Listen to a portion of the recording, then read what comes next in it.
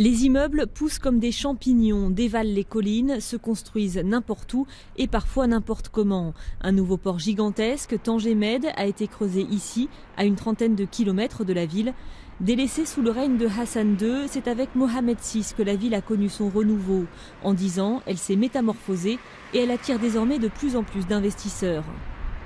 Dernièrement, avec l'infrastructure qui s'est sensiblement très améliorée, il y a eu beaucoup de demandes pour Tanger. Et surtout les nouveaux emplacements des nouvelles zones industrielles, notamment les zones franches.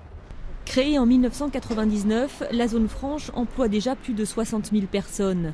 Pourtant, le chômage reste élevé, dû à un exode rural massif. Des dizaines de milliers de Marocains de tout le pays convergent chaque année à Tanger dans l'espoir de trouver un emploi ou de passer en Europe.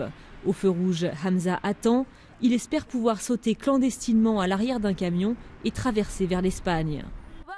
Je veux émigrer. Ici, au Maroc, il n'y a pas de travail, pas d'opportunité, rien. J'attends un camion ou une remorque, tu grimpes dessus jusqu'au port pour essayer de traverser. Ici, on veut tous émigrer. Tanger est situé exactement à 14 km des côtes espagnoles. Par beau temps, on voit l'Europe en face. Ville carrefour et baignée d'imaginaire, elle a longtemps fait rêver les plus grands artistes, Delacroix, Matisse, Tennessee Williams, Joseph Kessel, avant de sombrer dans un long sommeil. Aujourd'hui, elle renaît, doucement. Ouverte en 2006, la Cinémathèque est devenue un lieu incontournable de création et de rencontres. Le Tanger canaille, le Tanger de la zone internationale, il reste plein de choses. Et il reste rien. Il reste plein de choses, il reste une littérature, il reste une légende, il reste des films, du patrimoine immobilier qui est important. On a un peu tenté avec la Cinémathèque de réinventer cette période où Tanger était ouvert sur le monde, où c'était un lieu de truands et de contrebande. Et nous, c'est d'autres formes de contrebande. C'est plutôt des choses culturelles, des idées, de la créativité.